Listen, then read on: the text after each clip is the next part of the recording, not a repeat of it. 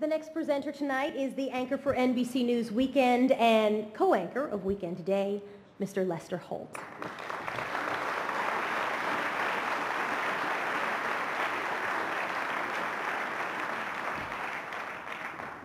Good evening, everybody. Thank you. I feel like I'm about to conduct an orchestra.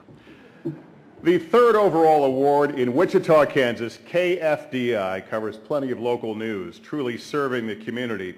We have included a couple of clips from their winning reel. Here it is.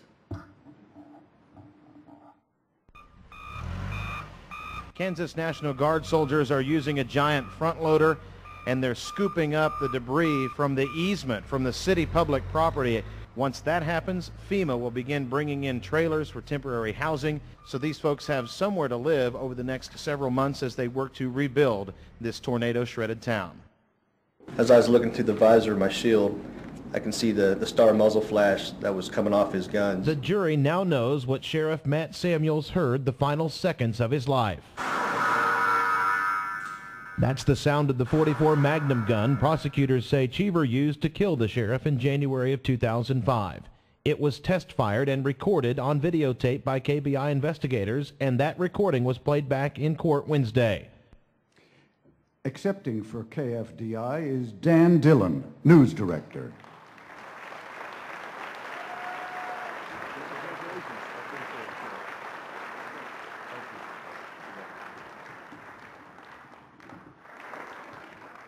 Next, Spot News. Dallas-Fort Worth, KRLD kept its listeners informed about a mammoth tornado. There was a huge explosion near Wichita, Kansas. KFDI covered the disaster, which was in a series of chemical tanks. Here's our second coverage of the Virginia Tech shootings. CBS Radio was on it quickly and stayed on the job. When a big bridge over the Mississippi River in Minneapolis collapsed, KARE television was right there to report.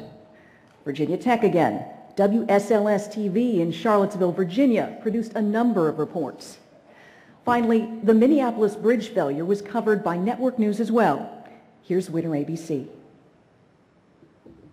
Stay off the highway for a while until this storm passes. This is a dangerous situation. Not only has it produced at least one brief touchdown north of downtown Fort Worth, it is also have a history of 3-inch hail moving northeast up along Highway 26. Tom? If they're on 157, they also need to go ahead and do the same thing. The storm is now just over 157 and is just coming up on the side of 360.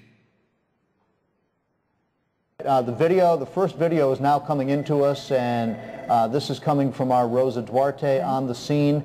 And I understand that this is a video of one of the injured coming out of Norris Hall. Rosa, the student that we just saw brought out on the stretcher, that student was still alive, correct?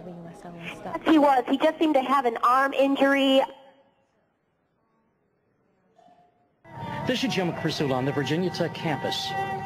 It's one student's way of coping, serenading other grieving students here at a makeshift memorial on the drill field, the campus green. There are many tears, hugs, pats on the back, the holding of hands. Students, you can tell, are deep in thought, very reflective, but determined to move ahead. Some footage of some of the victims being carted off in ambulances. We know that HCMC is just one hospital. It is a level 1 trauma hospital that is taking care of some of these victims, but certainly hospitals across the area will be receiving patients. I was on the bridge. The bridge just completely went down, and it was about a 30 to 50 foot free fall, and my truck is completely split in half. I cannot believe, I'm so thankful I was wearing my seatbelt.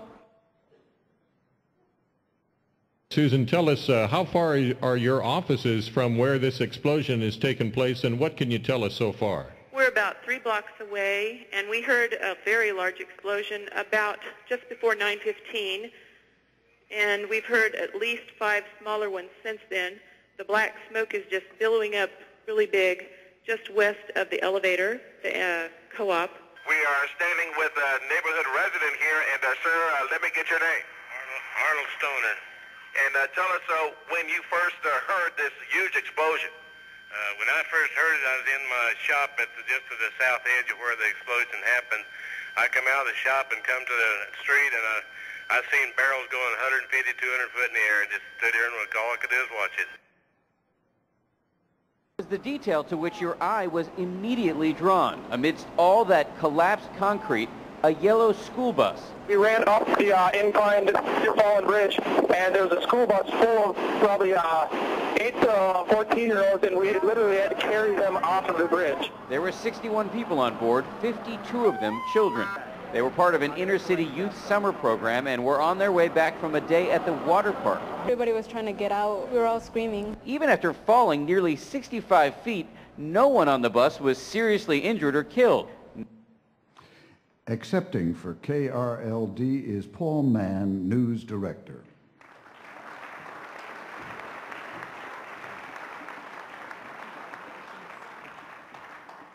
Accepting for KFDI is Dan Dillon, News Director.